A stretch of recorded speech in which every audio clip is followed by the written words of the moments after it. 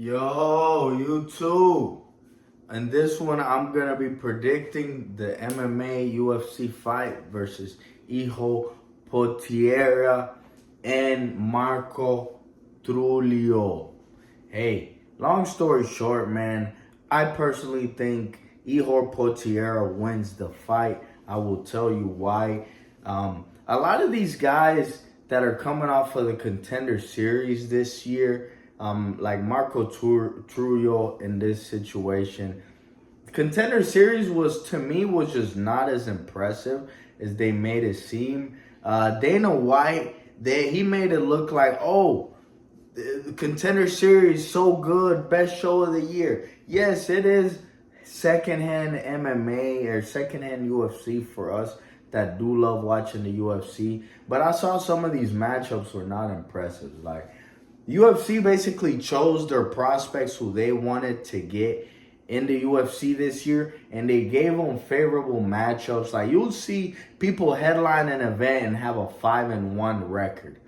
Like, where do you see that?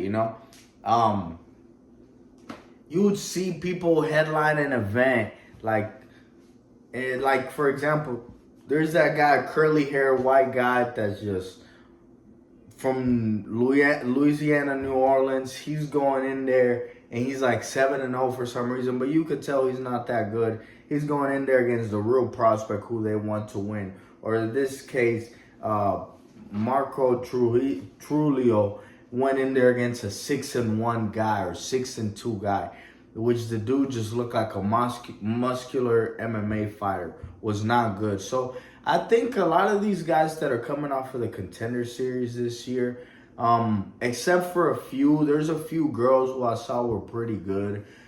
Except for a few, they're gonna get proven as frauds, and I feel like this is a win for the UFC to get Ihor Potieria, because the guy, he has still a decent MMA record at like 20 something and 7, 21-7 or something.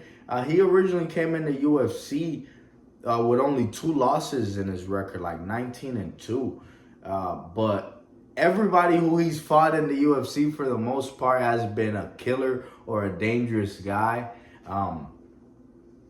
He fought Michel Pereira. He fought the guy Cesar Almeida that's going to be getting in this card and fighting, which is a high-level kickboxer. He fought the guy Rodolfo Villado. He's not that good, but he's somewhat of a prospect in the UFC. He fought Nikolai Nemeriano. He fought Carlos Olberg. Ended up fighting Shogun Rua, which is was on his downfall of his career. I mean, the UFC with this guy Ihor Potieria has gave him the worst matchmaking you could think of. Like, some of these guys get an easy path. This dude is honestly not the greatest fighter, and they just gave him the hardest path ever. Like, come face all of our prospects' best like killers right now in the light heavyweight division, and come in. They're giving them all these short notice fights. It's really crazy how they've done this Ihor Potieria guy in his career, and I feel like nobody has talked about that. So that'll let you know some insight right there.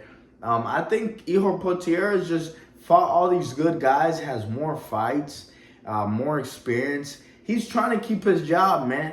The dude has a job just like me and you. And Ihor Potieria has been given all these short notice fights, all this crazy shit. The UFC, obviously, they usually sign people to like a 4-fight record or 4-fight contract or 2-fight, 4-fight. They obviously extended the contract because the dude came in to every short notice fight they gave him. He came in against all these killers, never withdrew from fights. I mean, fuck, man. You got to give him another contract. You got to help the guy out. So I think in this one, he will get a bounce back victory. He's in a 2-fight losing streak. Hopefully he's coming in at plus money like in all his fights. He's been a fucking huge underdog. I'm gonna pick him, but really the main pick on this fight, and if you watched it this long, I appreciate you because I rambled a little bit, but I did have to get that off my chest. The main pick in this fight is going to be the fight goes over 2.5 rounds. You saw that early in Ihor Potieria's career or UFC matches. The dude will come in, gas out. Within 1 round, round and a half, he's gassed out and will get finished. But another thing you got to think of, man, the guy, everybody who he's fought has been a killer. Lately, his fights have been going a little bit later in the rounds because the dude has gotten smarter, fought to his strengths. He knows he's not the fucking most imposing, biggest, craziest guy out there. I just like him because he come out there with the fucking braids, the cornrows, got the tattoo.